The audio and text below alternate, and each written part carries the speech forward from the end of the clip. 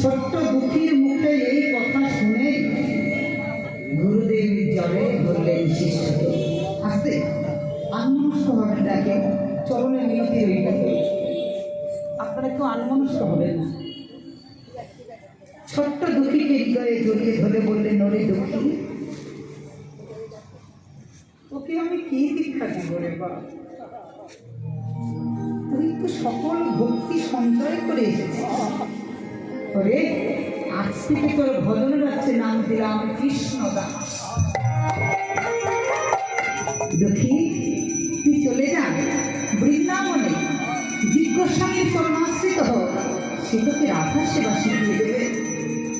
ছোট্ট দুঃখী পরম আনন্দে নিচে নিচে বৃন্দাবনে যাচ্ছে। বৃন্দাবনে গমন করে দেখছে কত করছে আর কি করছে, গুরুদেবের জয় গান করছে কিভাবে জয়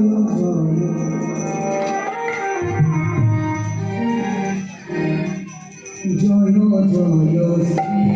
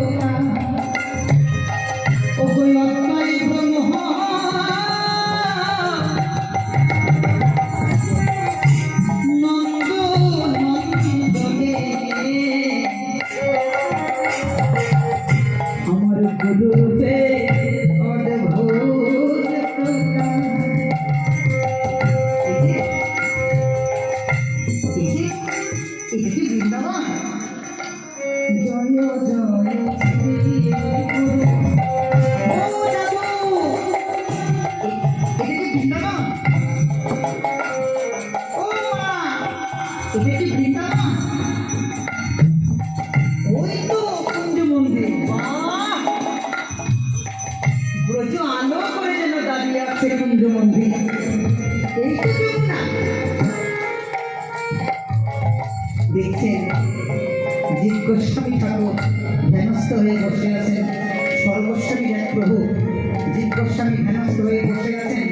অমনি সময় দুঃখী দৌড়ে গিয়ে চরণখানি করে বলছেন, জীব গোস্বামী পা দেখি, জীব গোস্বামী পা দেখি, জীব গোস্বামী পা দেখি।